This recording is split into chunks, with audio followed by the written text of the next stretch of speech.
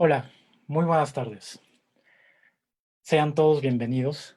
Mi nombre es Pablo Avilés, soy investigador del Instituto de Investigaciones Bibliográficas y estoy muy contento de participar en esta serie de charlas retitulada Ratones de Bibliotecas, organizada por el Instituto de Investigaciones Bibliográficas, y así compartir con todos ustedes el trabajo que realizamos, los investigadores que elaboramos en ese instituto. Les recuerdo que todos los martes y jueves de este mes, en punto de las 6 de la tarde, pueden participar en otras charlas para conocer el resto de los trabajos de los investigadores. El próximo jueves, nuestra compañera Sofía Brito participará con un tema de mucha actualidad: la importancia de la Biblioteca Nacional en tiempos del COVID-19. Les recomiendo que no se la pierdan. Hoy quiero platicar con ustedes acerca de mi trabajo y de algunas ideas en torno a la investigación que estoy llevando a cabo en el instituto. En mi caso, me intereso en el coleccionismo y en un fenómeno que los especialistas llaman la diáspora de las colecciones. Por eso el título de mi intervención: la diáspora de libros, motivos de los coleccionistas bibliográficos. He organizado esta charla en tres partes. Empezaremos hablando sobre el coleccionismo en general, un poco de la historia del coleccionismo. Haremos algunas referencias al coleccionismo de libros y luego hablaremos sobre la diáspora, el concepto de diáspora, sobre las colecciones, e intentaremos poner algunos ejemplos en la historia de México. En la última parte concluiremos hablando sobre los motivos del coleccionista. Quiero aclarar que cuando hable sobre las colecciones, a menos que lo precise, estaré haciendo referencia a cualquier tipo de colección, ya sea colecciones de objetos o colecciones de libros, y lo precisaré cuando sea oportuno. La historia del coleccionismo ha sido abordada sobre todo por historiadores del arte. Los trabajadores de los historiadores de este ramo se han centrado sobre todo en conjuntos de pinturas, de esculturas, en objetos provenientes de la arqueología o en objetos provenientes en general de las bellas artes. También se han estudiado ampliamente colecciones de objetos científicos, debido a que este tipo de colecciones han sido inseparables desde hace mucho tiempo. El estudio de las colecciones bibliográficas, por su parte, ha sido más bien el campo de historiadores del libro, de los estudiosos del impreso, de los manuscritos, y constituye todo un campo aparte. Sin embargo, creo que muchas de las conclusiones de los historiadores del arte y de la historia de la arqueología también pueden aplicarse a la historia de las colecciones bibliográficas por algunos motivos. Por ejemplo, durante mucho tiempo, las colecciones artísticas y las colecciones arqueológicas estaban integradas con una biblioteca. No podía concebirse una colección de objetos sin su respectiva colección bibliográfica que ayudara al entendimiento de los objetos. En segundo lugar, porque los libros son también objetos preciosos y también pueden ser objetos raros, sobre todo antes de su producción en serie. Dicho esto, el fenómeno del coleccionismo ha estado presente en la historia de la humanidad prácticamente desde la antigüedad. Existen registros de colecciones y de bibliotecas desde el siglo I antes de Cristo. Incluso desde el siglo I antes de Cristo, para el caso de Roma, existen muchos registros. Como sea, una colección de cualquier tipo va más allá de la simple reunión de objetos, ya sean objetos naturales u objetos artificiales. Es un conjunto mantenido temporal o definitivamente fuera del circuito económico. Cuenta con una protección especial y es expuesto en un lugar cerrado especialmente acondicionado para ese efecto. En Occidente, a partir de la era cristiana, uno de los primeros tipos de colecciones fueron los tesauros, los tesoros de príncipes o de eclesiásticos. Estas colecciones reunían reliquias, objetos fabricados de oro, de piedras preciosas, tapices, marfiles y, por supuesto, también libros. Pero no debe olvidarse que estas colecciones eran la propiedad casi siempre de una institución, no eran propiedad del individuo. Así, una colección normalmente era propiedad de la corona o de la iglesia, y el titular de esa institución, aunque disponía de ella prácticamente de manera personal, de manera patrimonial, contaba también con algunas limitantes que garantizaban la supervivencia del conjunto. Con el paso del tiempo, con el paso de la historia, durante el Renacimiento, la colección particular cambió el estatuto del coleccionista, perdón. A diferencia de lo que sucedía antes con el tesoro del príncipe o con el tesoro de la iglesia, la colección privada, a partir de esta época, da testimonio de la grandeza, de la riqueza, del poder del propietario, pero sobre todo del gusto por saber. Y sobre el concepto del gusto podríamos hablar muchísimo tiempo todavía.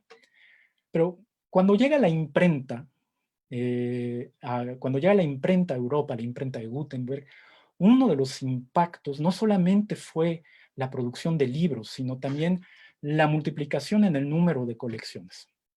Así, estos factores multiplicaron el número de colecciones, tanto de objetos como de libros, y sobre todo, si se puede usar el anacronismo, democratizaron la actividad coleccionista.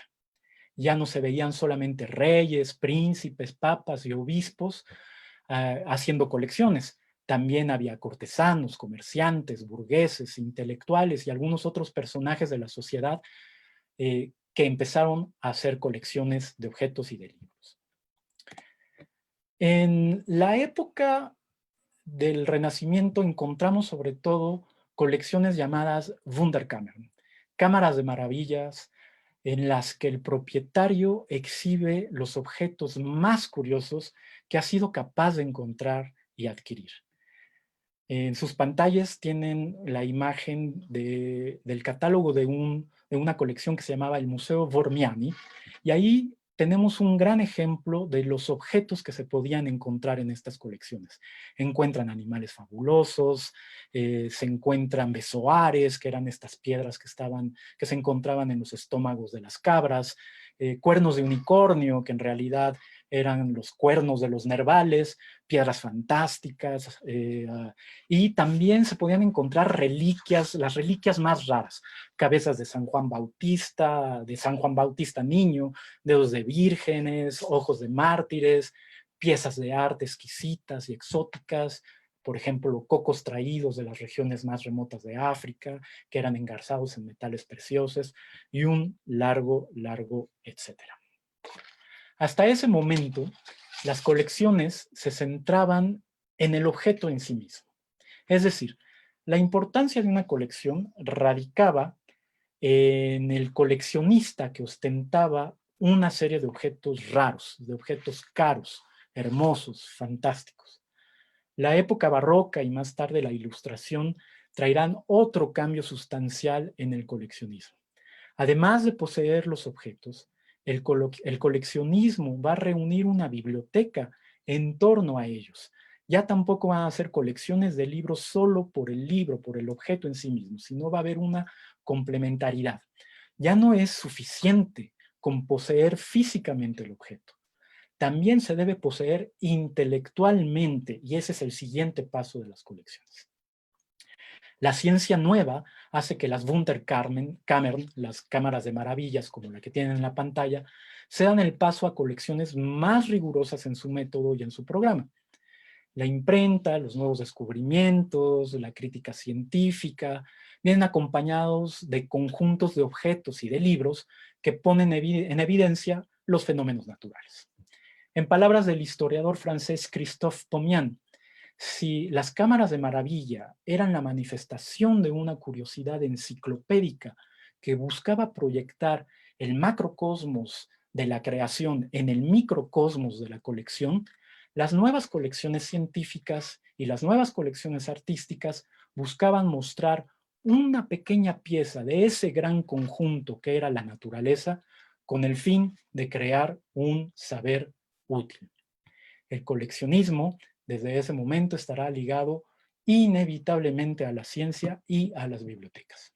En la época moderna y en la época contemporánea, el último gran cambio que sufrieron las colecciones se dio durante la Revolución Francesa. La gran mayoría de las colecciones de Francia fueron convertidas en públicas gracias al reconocimiento de la nación en su forma más abstracta, derivada de una definición político-filosófica, decía yo, a la nación como la nueva propietaria. Las expropiaciones primero a la iglesia en 1789 y más tarde a la nobleza, la corona y las corporaciones en los años sucesivos pusieron en manos del Estado francés bibliotecas y colecciones gigantescas de gran valor y de gran calidad. Este gran evento histórico permitió poner en marcha toda una teoría del patrimonio público y de la propiedad de la nación respecto a los bienes artísticos, los bienes científicos y los monumentos. El célebre abad Henri Grégoire fue autor de varios informes, entre ellos un informe sobre la bibliografía y también 3 informes sobre el vandalismo, que sería adecuado comentar en algún momento, que dijeron, deben organizarse las bibliotecas. Las bibliotecas y los museos formados con cuidado son, de alguna manera, los talleres del espíritu humano. Se deben revolucionar las artes, reunir todos los materiales y todos los medios y transmitirlos a las generaciones futuras. Vemos aquí cómo la lógica del patrimonio que se va heredando de mano en mano, que se va transmitiendo de generación en generación, es una política pública del Estado. Los cambios generados por el evento revolucionario de 1789 aún hoy no han terminado de tener consecuencias en nuestros días y ni siquiera las consecutivas restauraciones monárquicas de Francia y de Europa pudieron o se atrevieron a revertirlas. Puede decirse que las colecciones en general, desde la antigüedad hasta el siglo XIX, pasaron primero del ámbito privado al público, del ámbito patrimonialista exclusivo de una persona o de una institución al de la nación, de la esfera del poder a la esfera del saber. Este proceso se expresa muy bien con la apertura de colecciones bibliográficas al público, con el establecimiento de modalidades de acceso, con la constitución de un régimen público de coleccionismo que se expresa de diferentes maneras a través de la instauración de redes institucionales, la regularización del depósito legal, la fundación de un museo nacional, de una biblioteca nacional. Pasemos ahora a platicar sobre el tema de la diáspora. La diáspora puede ser definida como la dispersión de grupos humanos que abandonan su lugar de origen. Es un tema que hoy en día es de muchísima actualidad, pero que siempre ha acompañado la historia de la humanidad. Los grupos en diáspora suelen mantener fuertes vínculos con sus lugares de origen gracias a diferentes estrategias. Se articulan, por ejemplo, estrategias de memoria colectiva, se mantiene el mito de la patria, se mantiene una idea de retorno, etc. Es decir, los grupos humanos en diáspora mantienen un sentimiento de identificación desde su nuevo domicilio con su lugar de origen. A partir de estas consideraciones, creo que es posible reflexionar de manera similar, adaptar estas reflexiones a los objetos que han salido de su lugar de origen por diferentes motivos y que vehiculan la identidad de la población del lugar originario. Porque por diferentes motivos representan una época, representan a un personaje, representan un evento histórico particular a la comunidad que les dio origen. Pensemos en objetos arqueológicos exhibidos hoy en museos europeos y estadounidenses. Entre los más famosos se encuentran, por ejemplo, el llamado Penacho de Moctezuma, sobre el cual hay una gran discusión y ha habido grandes discusiones con el gobierno austriaco, que es el estado que actualmente lo resguarda, o con códices exhibidos y resguardados en bibliotecas nacionales como la de Francia, el British Museum, o las bibliotecas estadounidenses Carter Brown. En la pantalla tienen una fotografía del penacho de Moctezuma y una página del códice, me parece que es el Telleriano Remensis, que se encuentra en la Biblioteca Nacional de Francia. A propósito, uno de estos códices generó toda una crisis diplomática con Francia cuando un abogado mexicano robó de las colecciones francesas el códice Tonalá-Matal Oban y se lo trajo de vuelta a México, como bien me lo recordó hace poco nuestra querida amiga Loret Godinazo. Eso nos daría también otras 3 o 4 sesiones para discutir, pero vamos a concentrarnos sobre nuestro tema. Puede decirse que en México la diáspora de objetos comenzó desde los primeros años de la conquista, tras los envíos de Hernán Cortés a Carlos I. Recordemos que Hernán Cortés envió algunos regalos a Carlos I y él, a su vez, los destinó a otros príncipes europeos y estos objetos terminaron, algunos, en colecciones reales y de príncipes. Pero la llegada de estos objetos a Europa marcó el inicio del coleccionismo de una nueva categoría que podría llamarse exótica. Es decir, objetos venidos no solamente de América, sino también de África, del Lejano Oriente. Y el interés por ellos ayudó a cuestionar los cánones estéticos y filosóficos europeos, animó discusiones sobre la producción científica y artística de otros pueblos. Baste ver el carnet de dibujos de Durero sobre los objetos que mandó Hernán Cortés, el mismo, y me ofrezco una disculpa, los hubiera podido buscar y enseñárselos aquí, porque es muy interesante ver cómo Durero percibía estos objetos. Los códices que también llegaron a Europa y más tarde los libros impresos en América se convirtieron en verdaderos objetos de curiosidad y de estudio y los coleccionistas los buscaron arduamente. De la misma manera, de este lado del Atlántico se acumularon y se produjeron colecciones principalmente en el seno de la Iglesia y de otras instituciones, pero también abundan colecciones personales y eso se puede ver en los archivos nacionales, como en el Archivo General de la Nación, en donde se encuentran infinidad de inventarios de bibliotecas. A finales del siglo XVIII, ya con los primeros trabajos bibliográficos en México, se empieza a constatar la dispersión y diáspora de colecciones bibliográficas. Así, por ejemplo, nuestro conocido Juan José de Guiara Yeguren, en su Biblioteca Mexicana, intenta recoger todas las publicaciones mexicanas realizadas hasta entonces. Aunque bueno, también en su trabajo se encuentran autores de Bogotá, Caracas, Guatemala, Honduras, La Habana, Perú, Puerto Rico. Y aunque solamente se publicó el primer volumen, el trabajo de Eguiara está impulsado por una lógica coleccionista, es decir, reunir en un solo lugar un conjunto de objetos valiosos.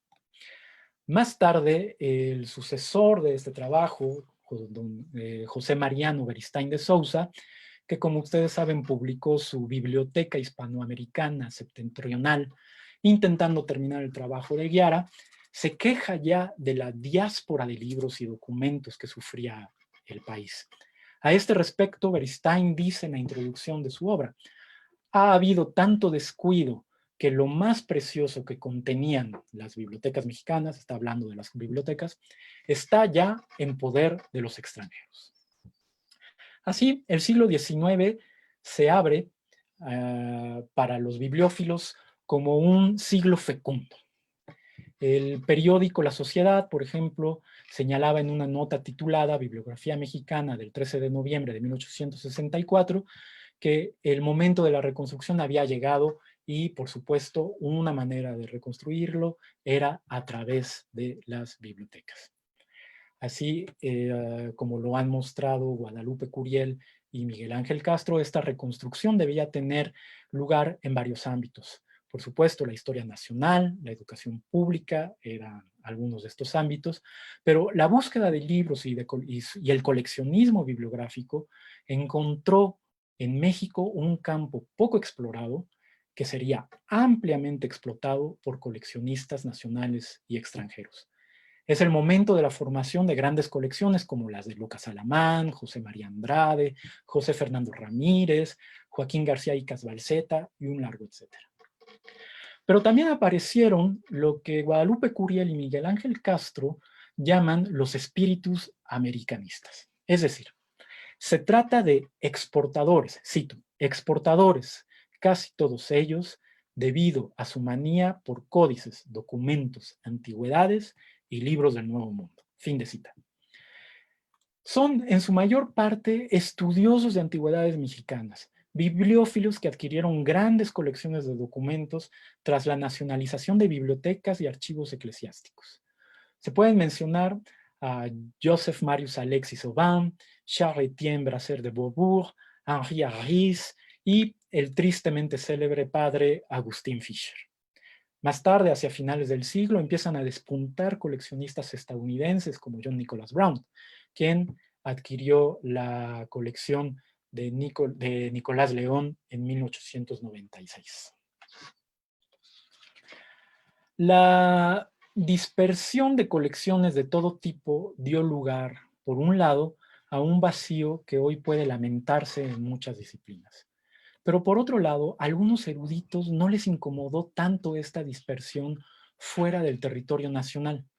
Así, el bibliógrafo michoacano Nicolás León afirmó que las ventas de las grandes bibliotecas privadas dieron a conocer los libros raros e interesantes de México y desde entonces se estimaron, buscaron y conservaron por los bibliófilos de ambos mundos. Fin de cita. Por su parte, el bibliófilo Joaquín García Icas Balseta, en su Bibliografía Mexicana del siglo XVI, afirma: hoy, después de la dispersión de las mejores colecciones formadas en México, es conocida ya, en todo el mundo, la mayor parte de aquellos libros. Porque en los catálogos de ventas públicas o de libreros y en obras de bibliografía corre la descripción de ellos. El siglo XIX mexicano fue entonces propicio para la dispersión de colecciones por 4 razones fundamentales.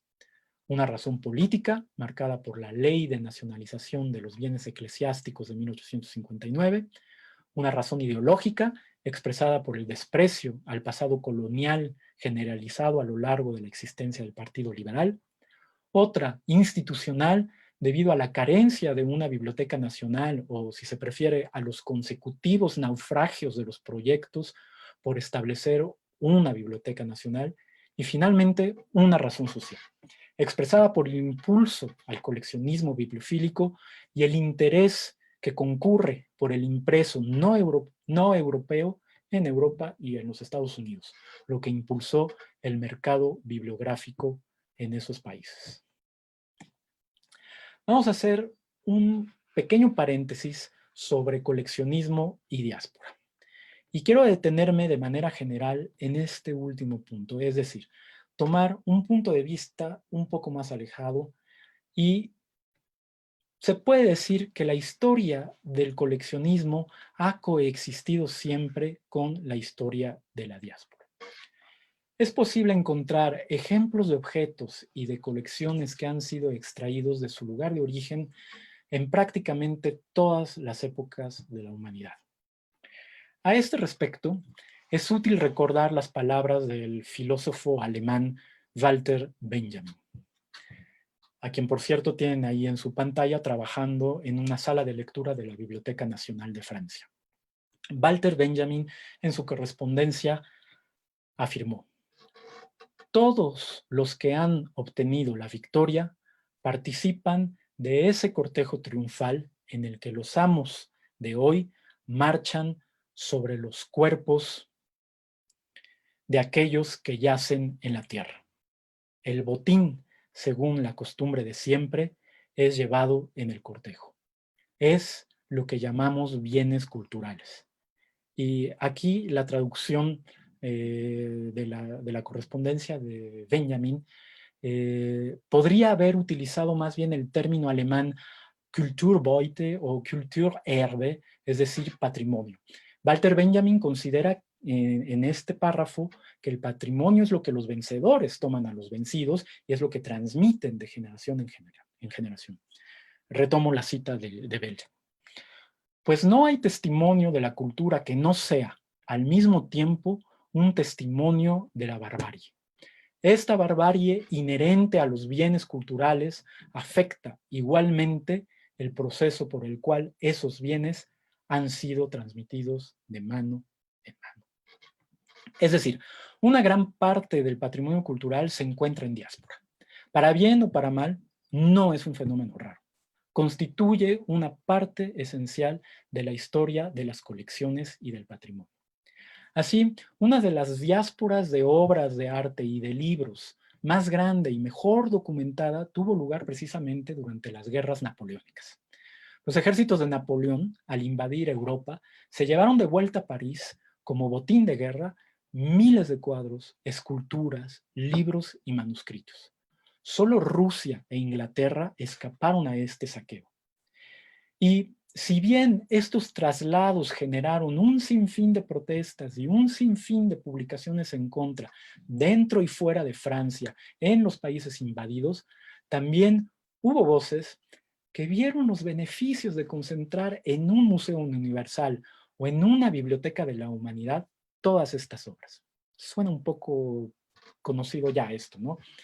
Así, por ejemplo, el representante del príncipe elector de Hesse, Jacob Grimm, quien es mejor conocido por su recopilación de cuentos infantiles junto a su hermano Wilhelm, fue enviado a París como diplomático para reclamar la restitución de cientos de obras de arte y cientos de obras literarias extraídas bajo las órdenes de Napoleón.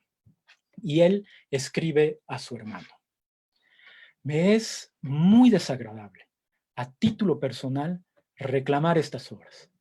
Hay un sentimiento repulsivo al venir a alterar y modificar un orden ya establecido.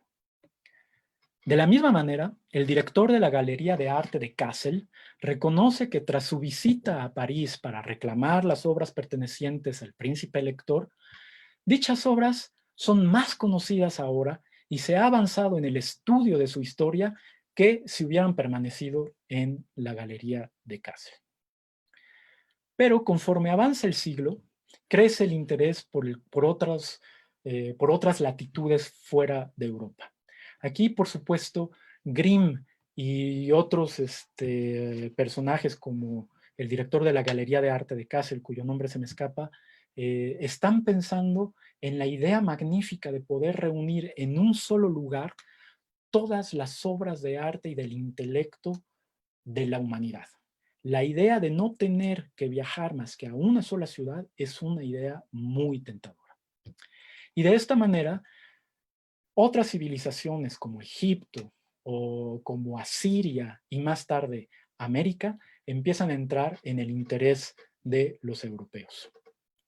A finales de la década de los 40, entonces se inaugura la Sala de Antigüedades Americanas en el Museo del Louvre y en 1850 se termina de editar y se publica el catálogo redactado por Adrien de Longperrier bajo el título Noticia de los monumentos expuestos en la Sala de Antigüedades Americanas y, entre paréntesis, se precisa México y Perú.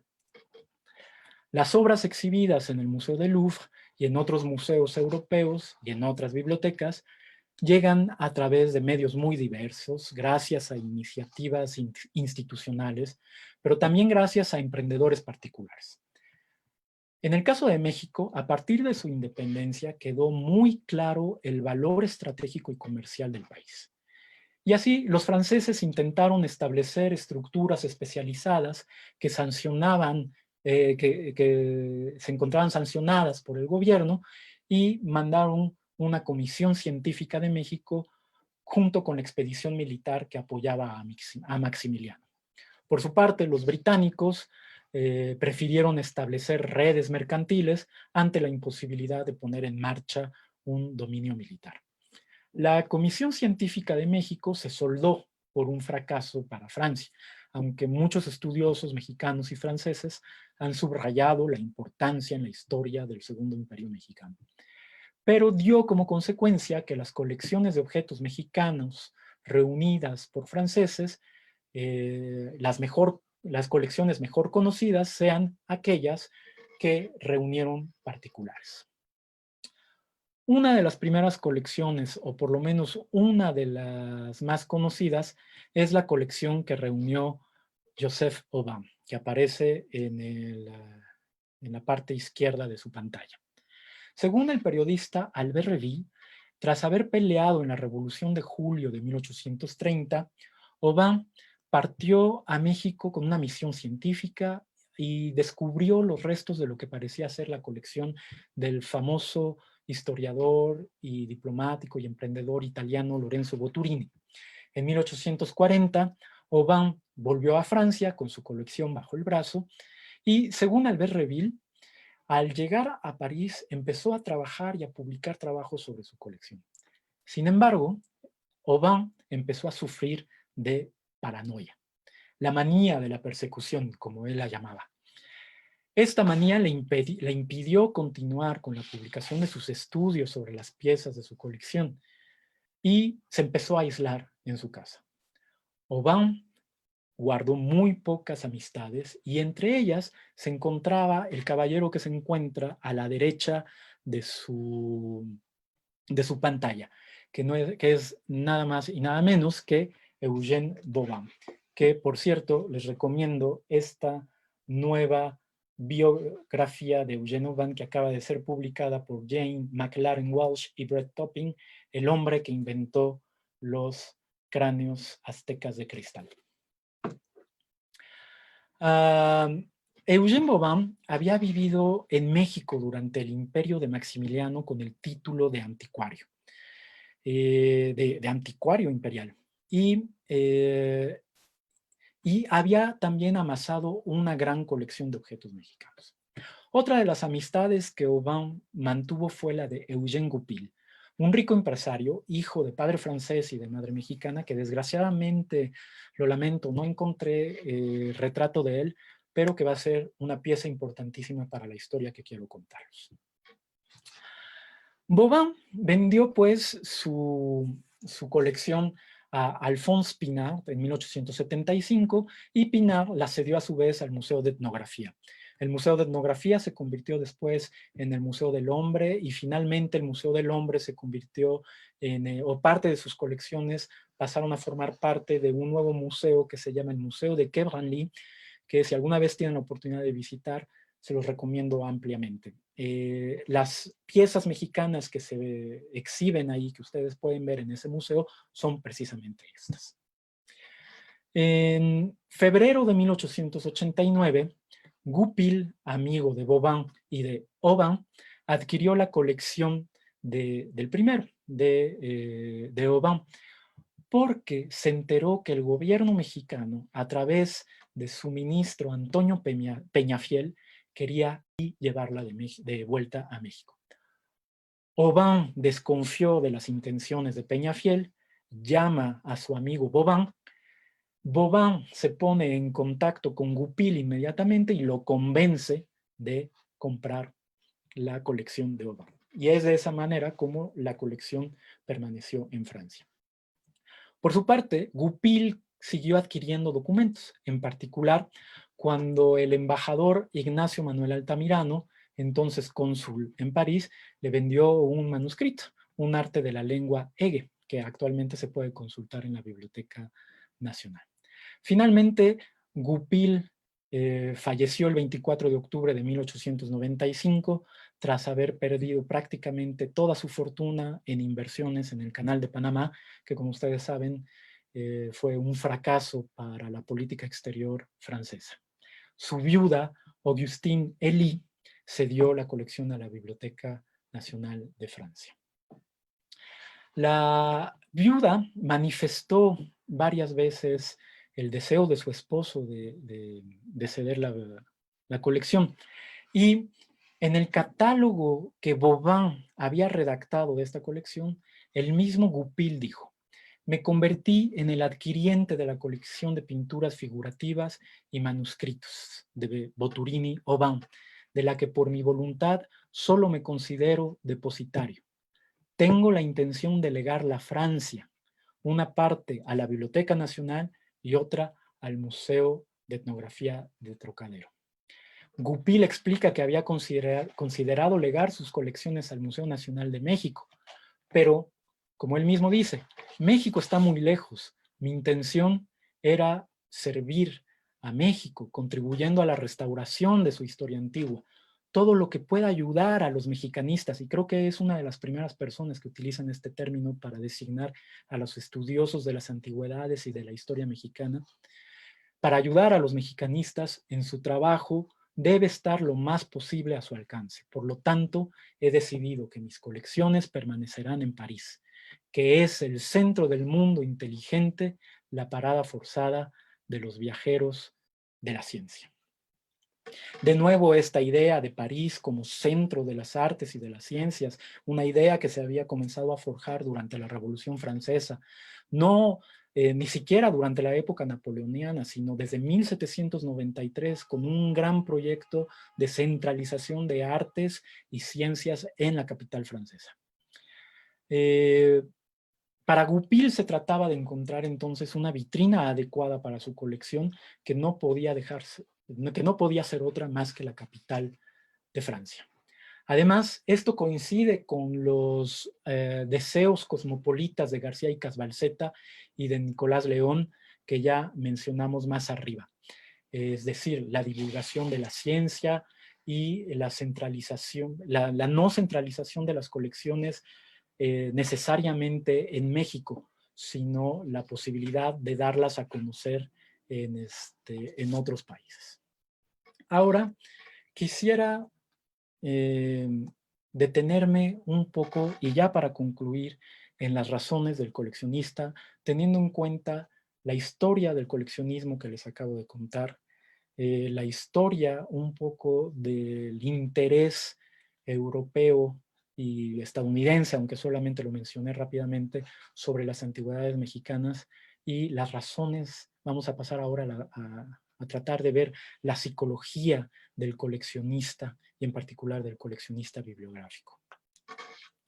Y en esta reflexión estoy muy influido por Walter Benjamin. La historia de la colección de manuscritos y de objetos que se encuentra ahora en la Biblioteca Nacional de Francia deja ver varias características del coleccionismo del siglo XIX. Al igual que en otros países, en México tuvo lugar una intersección de sistemas de valor en los objetos que vienen del pasado.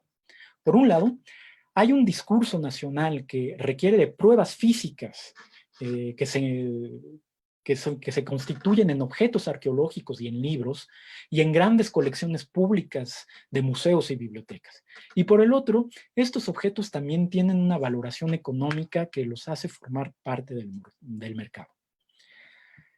Dijimos que normalmente las colecciones son retiradas de la circulación, pero como lo pudimos ver, estas colecciones no son totalmente retiradas del circuito comercial hasta que su propiedad es transferida al Estado, es decir, hasta que adquieren un carácter público.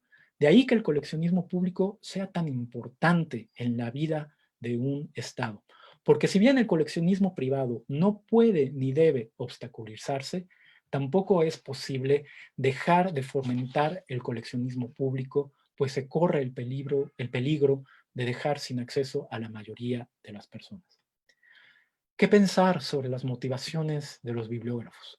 Como ya lo he ido mencionando, el coleccionismo bibliográfico se desarrolló a la par que el coleccionismo de objetos arqueológicos o artísticos.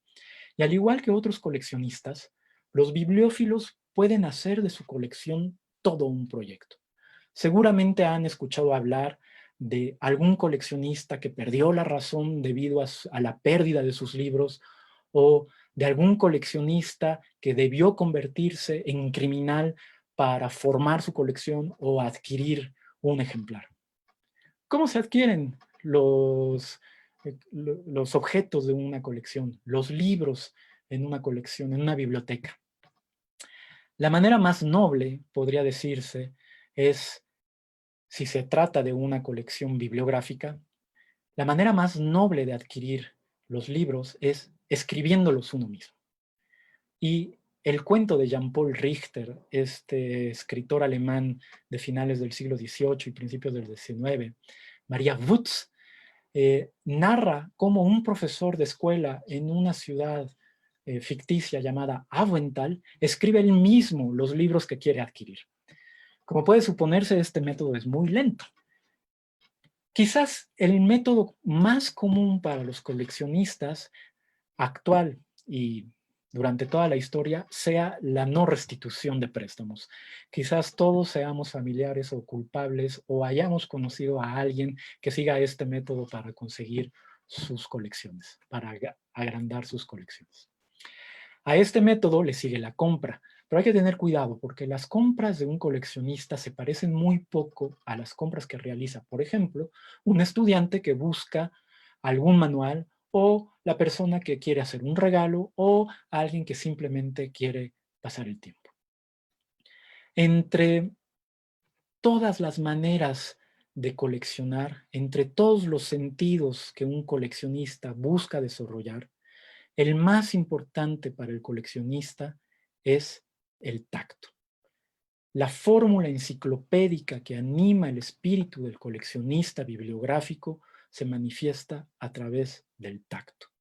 El coleccionista lee de la misma manera que el resto de las personas se prueban una prenda nueva y buscan aquel sonido, aquella sensación que le dirá si un ejemplar debe pertenecer.